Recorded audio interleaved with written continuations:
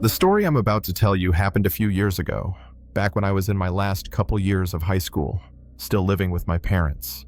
See, my family had just moved into a new house. And when I say new, I mean new to us. The house itself, it was the opposite. It was a relic. It was isolated. I mean, truly isolated. It was pretty far out of the city, and even further out than most of the suburbs. You had to drive a long way off the main highway, down this little dirt road that wound through a dense forest. It felt like you were driving into the wilderness. The house was at the end of that road, almost swallowed by the trees. It stood alone. At night, it was pitch black. You couldn't see any other lights. No neighbors. No cars. Just you. The house. And the whispering of the woods. And this house, it was a monster. To me, it felt like an old mansion. It was way too big. Just massive for a family of 3. My parents said they bought it because we had a lot of family stay over, and they wanted a place with plenty of space. But plenty of space here meant something different. It meant endless hallways, empty rooms we never even went into, and a silence, a heavy, suffocating silence. And the creepiest detail? The house was built over a century ago. It had that smell, the smell of history, old wood, and decades of dust.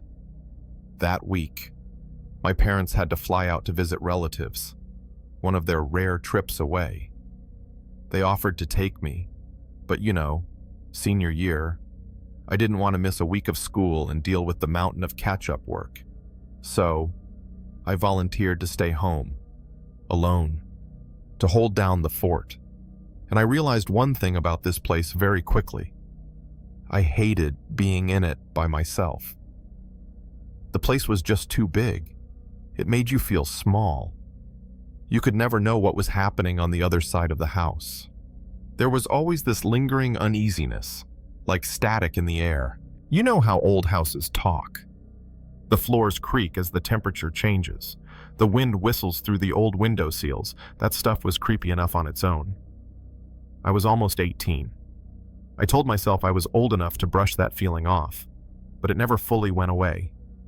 It was always there, waiting patiently, just under the surface. The first 2 days, my parents were gone. Everything was weirdly normal. I went to school, hung out with friends, came home, chilled. Nothing. Then, the 3rd day hit. I did my usual routine, went to school, and then grabbed dinner with friends afterward. As a result, I didn't get home until maybe 6 or 7 p.m. And at that hour, out in the woods, it was already pitch black. I was pretty exhausted, just ready to crash for the night. I let myself in, dropped my backpack by the door, and went straight upstairs to the 2nd floor. The second I got to the top of the main hall, something stopped me. Something was wrong. The hallway was long and dark, and about halfway down it, one of the empty guest bedroom doors was open. It wasn't wide open, just ajar, enough to cast this long, weird, black shadow across the floor. My mind tried to rationalize it instantly. I must have left it open. But just as quickly, that constant cold feeling of dread washed over me. I cautiously walked over, pushed the door open, and looked in. Empty.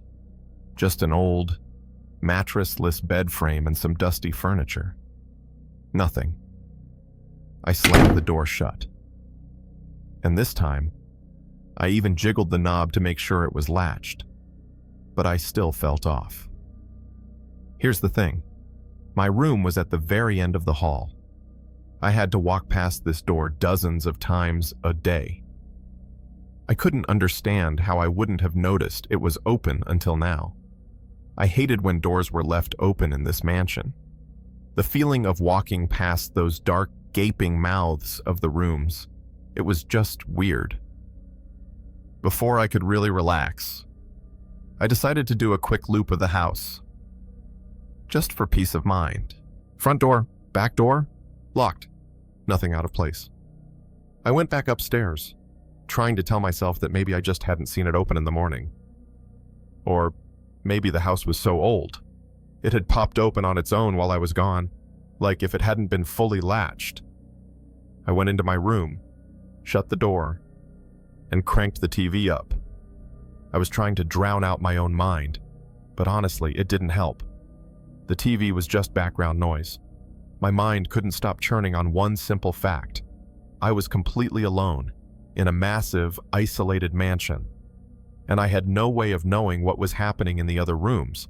It wasn't even that I thought something was happening. It was the not knowing that was killing me. That empty, silent space could be hiding anything. It took almost an hour, but eventually, hunger won out over the paranoia. I took a deep breath, left the safety of my fortress, and headed down the dark hall toward the stairs.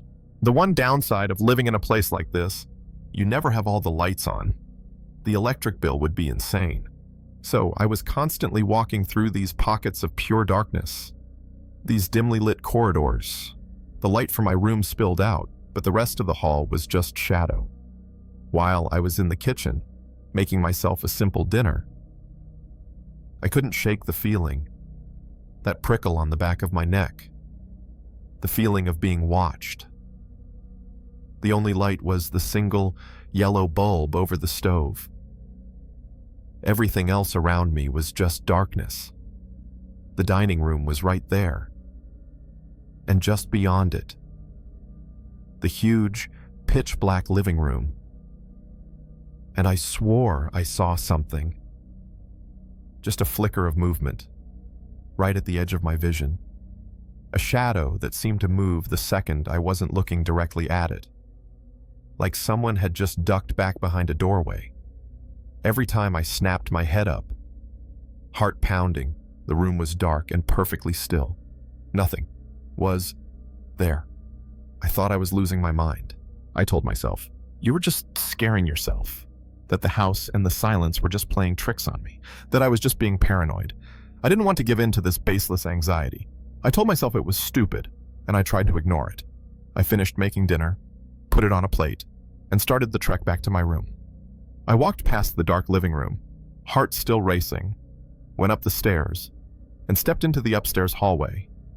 And then, I froze. A chill, one that had nothing to do with the temperature, shot right down my spine. Every hair on the back of my neck stood up.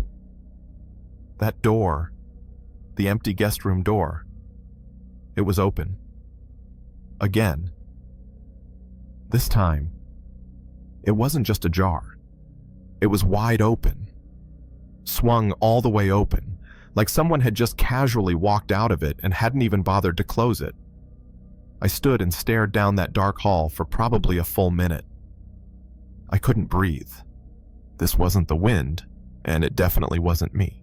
I had just closed it, firmly. I couldn't figure out what the hell was going on.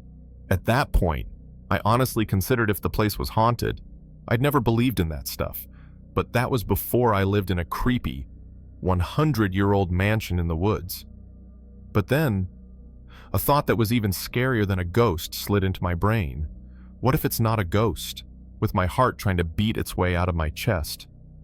I slowly walked back to the empty room. I pushed the door open wider and looked in. It looked exactly the same. No one was in there. I turned on my phone's flashlight, crept inside, and scanned it, looking for any subtle sign. No muddy footprints, nothing out of place. Everything was exactly as it was, still covered in that thin layer of dust. And somehow, that was 1,000 times scarier. Whatever had opened that door hadn't left a single trace. Completely unsettled, I backed out quickly, hurried back to my own room, and slammed the door. And this time, I didn't just shut it. I turned the lock. I quickly sent my parents a text, trying to sound calm. Hey, do you guys ever notice that empty room door upstairs opening on its own? Is there a problem with the hinge or something? They texted back pretty quick, saying they'd never noticed anything and didn't really know what I was talking about. I told them not to worry about it, that it was probably nothing. But honestly, I was feeling more and more uneasy. I had this tight, sinking feeling in my gut, a premonition that something was just deeply, deeply wrong. I think I sat frozen on my bed, in that locked room, for about 10 minutes. The TV was still on, but I wasn't hearing it. My dinner was getting cold on the plate. My entire focus, every single nerve, was strained, aimed at that door, listening for any sound from the hallway. And then, I heard it. It wasn't the house creaking. It was footsteps. Very faint, but unmistakable. Someone was walking on the old hardwood. They were slow, deliberate, and they were coming down the hall, straight toward my room. I grabbed the remote and hit mute on the TV. The room went almost completely silent. And in that instant, I heard it. A thud. A heavy, solid sound, right outside my bedroom door, like someone had just dropped something or leaned their full weight against the wall. My heart wasn't beating. It was flailing inside my chest. My breath caught in my throat. I just sat there, completely paralyzed. There was a long pause, a terrifying pause. It felt like an eternity. Not a single sound in the house, except the blood roaring in my ears. The silence was worse than the footsteps. It was thick. It was heavy. It was waiting. And then,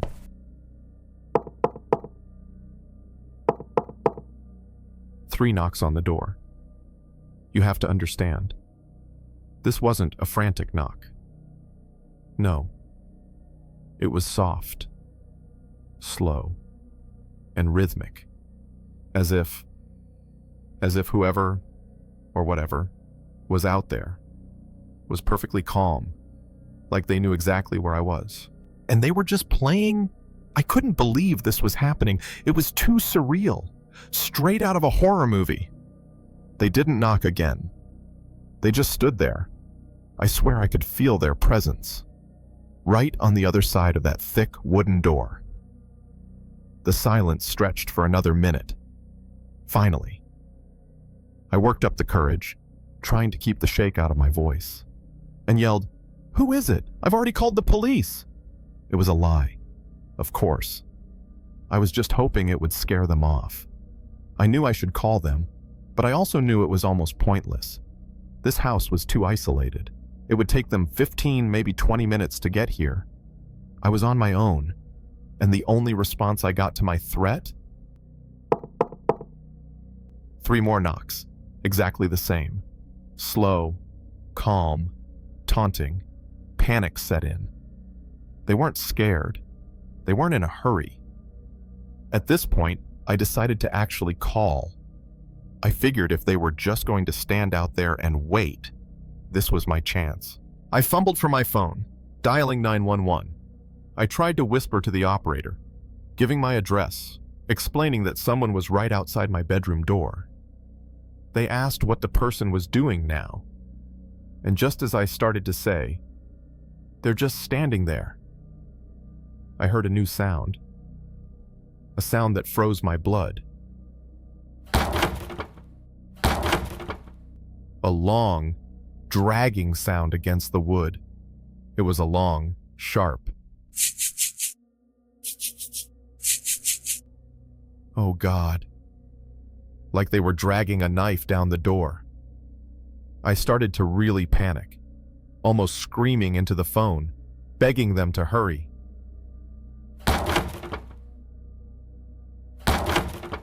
Another one. Harder this time. Deeper. And then the doorknob. It started to turn. Slowly to the left. Then back to the right. They were testing the door. Thank God. Thank God I had locked it. The knob just rattled uselessly. Another minute of this passed while I was still hysterical on the phone.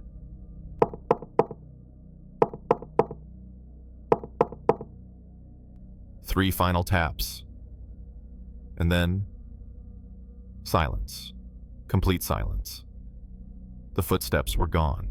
It stayed that way for the longest 10 minutes of my life, while I sat huddled on the bed, holding my breath, waiting for the police.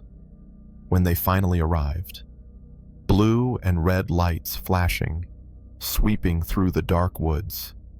There was no one outside my bedroom anymore. No one in the house. They had me unlock the door. I crept over, my hand shaking so bad I could barely work the lock, and pulled it open. The officers were standing there, guns drawn. The hallway was empty. The only sign that visitor had been there? A long, deep cut carved into the outside of the door. It wasn't a scratch. It was a deep, violent gouge. Clearly, from a knife. The officers tried to find out how they got in, but honestly, it was almost impossible. The house was too big. Too many entrances, dozens of windows. Most of them had old, unreliable locks. In the end, no real leads were found. No footprints. Nothing. My parents flew home as soon as they could the next day. Even though nothing else happened while I was there, I never felt safe in that house again. Not for a second. The fear just seemed to soak into the wood. Every dark hallway and every empty room felt 10 times worse. The forest surrounding the house wasn't beautiful anymore. It was terrifying. A black wall hiding secrets. And I swear, about a week later, as I was looking out my bedroom window at night, I saw someone, a figure, standing motionless among the trees, just at the edge of the porch light, just watching. I squeezed my eyes shut in terror. When I opened them, it was gone. Maybe it was just a shadow. Maybe. Luckily, I don't live there anymore. I moved away for college not long after. And my parents, they sold that house just a few months ago. Whatever was wrong with that place, or whoever was stalking us in it, that'll always be a mystery. It was a Friday night, and it was just like any other, that end of a long week exhaustion, right? I lived alone. My house was a small place, tucked away in a quiet suburb. Actually, quiet probably isn't the right word. It was more like dead silent after 9 p.m. The irony was, I worked an hour away, right in the loud city. That contrast between the constant noise of my job and the almost absolute stillness of my home always made me feel really, truly alone. Tonight, I was ready to do nothing. The plan was just YouTube, video games, and probably sleeping in. I took a quick shower when I got home, but the cold water didn't seem to do enough to wash off the fatigue that had soaked into my bones. I fired up the PlayStation, that familiar boot-up sound breaking the house's silence, and I just relaxed, gaming for a few hours. I even cracked a couple of beers. The buzz started to set in. It loosened me up, and more dangerously, it just dulled my senses, made me careless.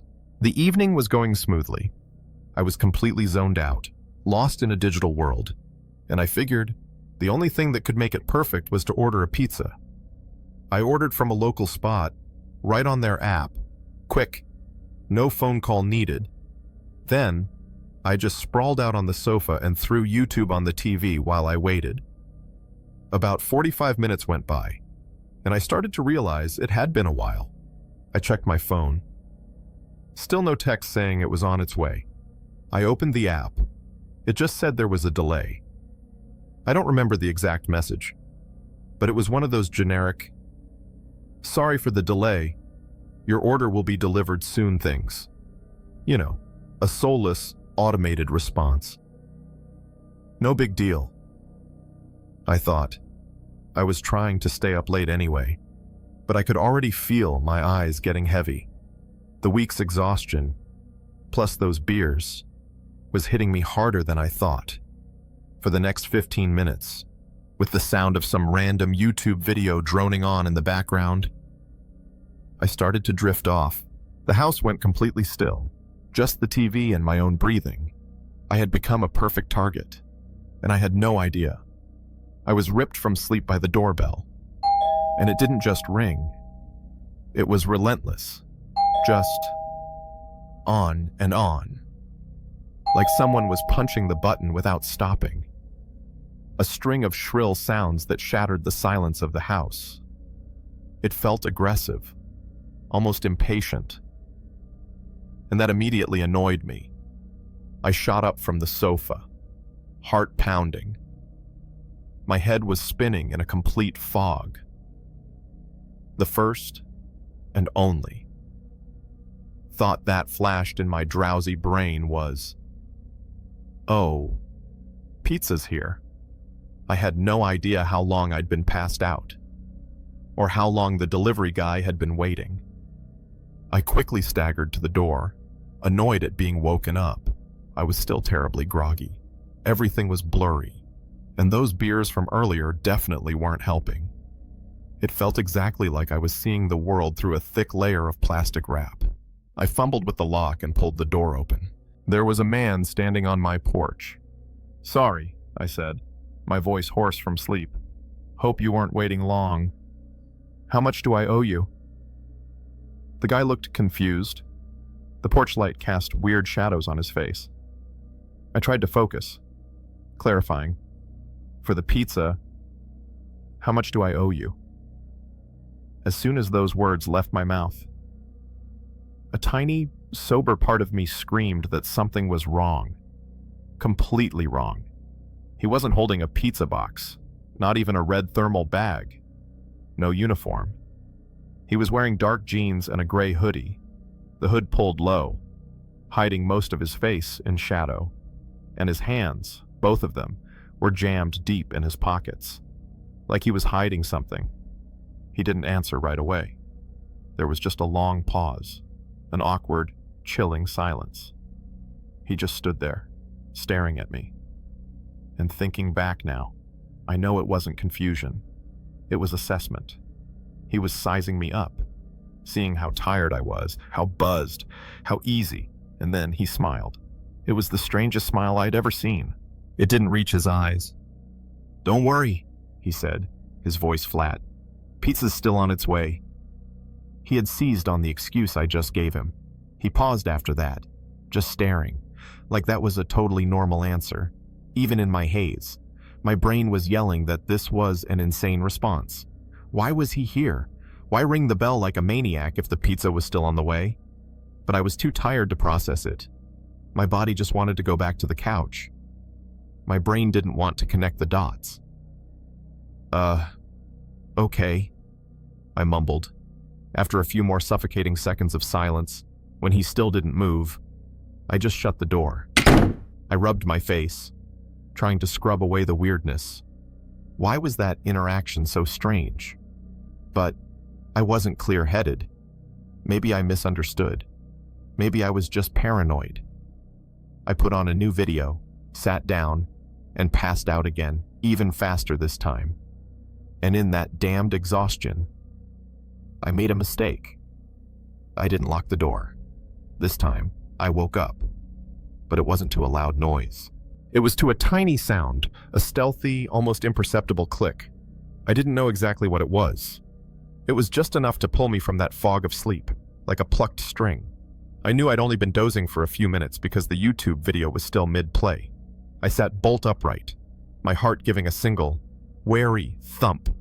I held my breath, listening, waiting for the doorbell, or a knock. But nothing. Just the heavy silence of the house.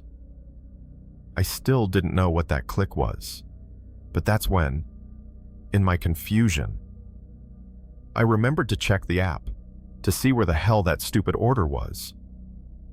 I opened my phone, and I didn't even get past the lock screen before I just froze. The light from the screen hit me. It was 4 a.m. A chill ran down my spine, colder than any beer, and it snapped me instantly sober. 4 in the morning? I'd ordered at 11 p.m. The pizza place, I suddenly remembered, closes at 1 a.m. My heart started to beat faster. I shaky opened the app, and there it was, right on the screen. Order delayed at 12:47 a.m. before being canceled entirely by the store at 1:15 a.m. So, who was just at my door? That man. He had lied. I shot up from the sofa, the buzz completely gone, replaced by pure, cold adrenaline. I went down the hall to the front door, looking through the peephole. No one was out there, just the empty night. I reached down for the deadbolt, and my heart just stopped. It was unlocked. The bolt was in the open position. My stomach dropped. I'd forgotten. Oh, God. I'd forgotten to lock it when I answered the door. I was too tired, too buzzed. My hand was trembling as I pulled the door open and looked outside. Nothing. Just an empty, eerily quiet neighborhood, getting no answers.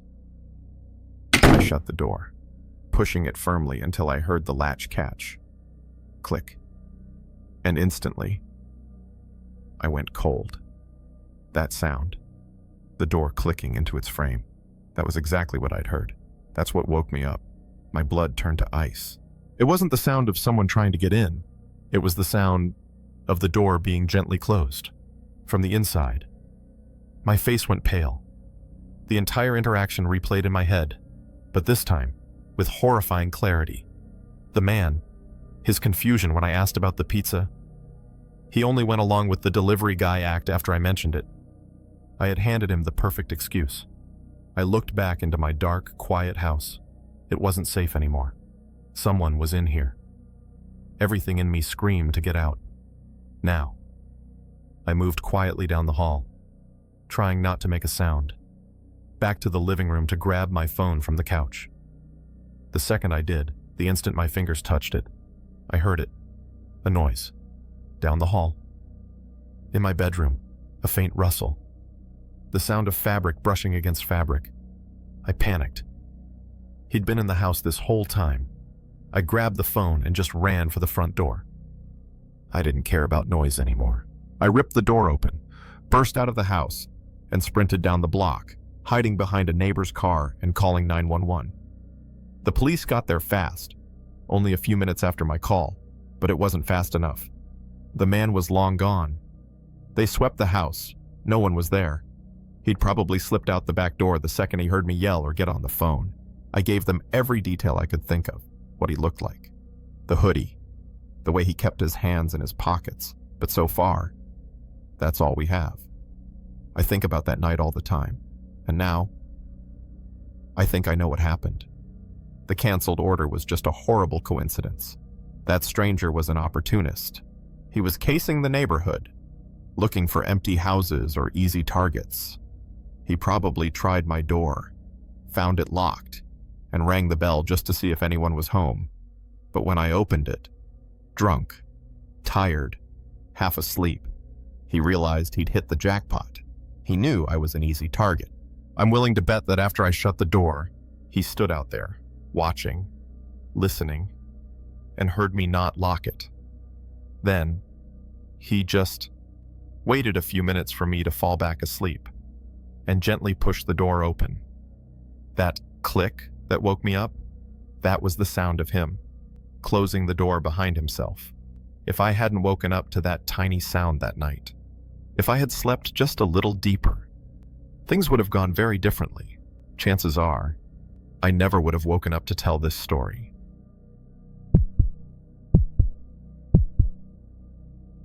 In the middle of 2019, I made a bad decision, one that almost cost me everything. To be fair, I was in a pretty desperate place. I'd moved to a new town for a so-called job opportunity, but if I'm being honest, I was running from an old life. The problem was, I didn't have much money. So, when I got the job and made the move, I found the cheapest apartment I could and rented the smallest room. It was a one-bedroom on the second floor of a small apartment complex, only 4 units total. Calling it a complex was generous. It was really just a run-down concrete block with peeling paint in a bad part of town. But it had one single advantage. It was cheap. And at the time, that's all I cared about. The strangest thing, and the part that should have been a massive red flag, was that for the first 3 months, I was literally the only person living in the entire complex. The other 3 units were all empty. This made me incredibly uneasy. At night, the building was dead silent. The kind of silence that's so heavy, I swear I could hear my own blood pumping in my ears. Every creak of the old building, every whistle of wind through the bad window seals, was amplified tenfold. I realized I was the only heartbeat in this empty, concrete shell. But I told myself it was temporary, just until I saved up enough from the new job. The job, by the way, was a nightmare. I was completely drained. Lots of late nights, constant overtime, and a toxic environment. I was barely at the apartment for anything other than sleep. I came home every night on autopilot, exhausted, and completely off guard. One night, I got home around 8 p.m., just dead tired. I dragged myself up the stairs, put my key in the lock. I had just stepped inside, kicked off my shoes, and dropped my bag on the floor when, suddenly, there was a knock at the door. It wasn't a light or hesitant tap. It was sharp, dry, and deliberate. I jumped, suddenly wide awake. My heart hammered. The silence I was so used to had just been shattered. In 3 solid months, not one person had ever knocked on my door. I hadn't even seen anyone outside when I walked in. I staggered back to the door, holding my breath. I peered through the peephole, but I could barely see anything. The view was distorted and dark. It felt like it had been smudged on purpose from the outside, not sure who it was. And in the stupidest decision of the night, one fueled entirely by exhaustion, I opened the door. He was standing close, too close, invading my personal space. An older man, maybe late 40s or early 50s, with greasy black hair and a few days' stubble. But the thing that chilled me, the thing I'll never forget, was his eyes. They really stood out. Not in a good way, in the most terrifying way possible. They were wide, unblinking, and it felt like they were looking through me. "Can I help you?" I asked, trying to keep my voice steady. His eyes seemed to get wider. He was quiet for an uncomfortably long time. And then he asked the weirdest possible question. "You live here?" I thought it was a stupid question, but I just answered, "Yeah," without really thinking. He grinned at me, a flash of yellowed teeth. He said he was moving into the apartment right next to me and just wanted to introduce himself. Then he gave this awkward little wave, a stiff, robotic motion, as he went to the unit next to mine and let himself in. Strangely, he never mentioned his name. I closed the door and locked it immediately. Feeling more confused than scared, I just figured he was an odd old man. A part of me was even relieved. At least there was someone else in the building now. I wasn't completely alone anymore. That relief, that fatal misjudgment, it almost cost me everything. That night, I ate dinner and went to bed early, with no idea that the trap was already being set. The next day, I got home around the same time, around still that same bone-deep exhaustion. But there was something different, a sharp, prickly awareness I didn't have the night before. As I walked up the rickety outdoor stairs to my unit, my eyes just flicked over to the window of the apartment next door, the one the old guy said he'd moved into. And that's when I saw it. The curtain didn't just move, it was a clear gap. and through that gap, I saw a dark shape. The instant my eyes made contact, the shadow immediately recoiled, and the curtain dropped shut. A cold chill ran right down my spine. He was watching me. He was waiting for me to get home. That feeling like someone just put an invisible target on your back, it was awful. I rushed to my door, almost lunging inside, and threw the deadbolt. My heart was pounding a little harder. I felt deeply uneasy. I tried to rationalize it. It's nothing, I told myself. He's probably just curious about his new neighbor. I tried to shake it off. I had just kicked my shoes off, dropped my bag on the floor. I swear I hadn't been inside for 30 seconds. When the knock came again, louder this time, more insistent. The timing was just too perfect. It felt calculated. He had waited for the exact moment I was inside. My guard down, I went back to the door, looked through that damn peephole, and remembered again that I couldn't see anything through the grime. My heart sank. I knew who it was. Every alarm bell in my head was screaming, Don't open the door." But I opened it. That stupid, human politeness. It can be fatal. It was him, standing there, looking exactly like he did last night. Same dirty clothes, same greasy hair, and the same wide, empty eyes. He looked like he hadn't left that hallway in 24 hours. Like he'd just been waiting. "Do you need something? I'm kind of in a hurry," I said. I was trying my best not to be rude, but I really just wanted to slam the door. I was too tired to talk to anyone. He seemed to ignore what I said. Instead, he asked, "Do you know how the thermostat works in these places? I must be too old to figure it out," he said, and he let out a little laugh. It sounded dry and fake and chilling. I hoped this was just a harmless question. "It's simple," I explained. "It's just a few buttons. I'm not sure what the problem could be." He nodded and smiled, but his eyes didn't change.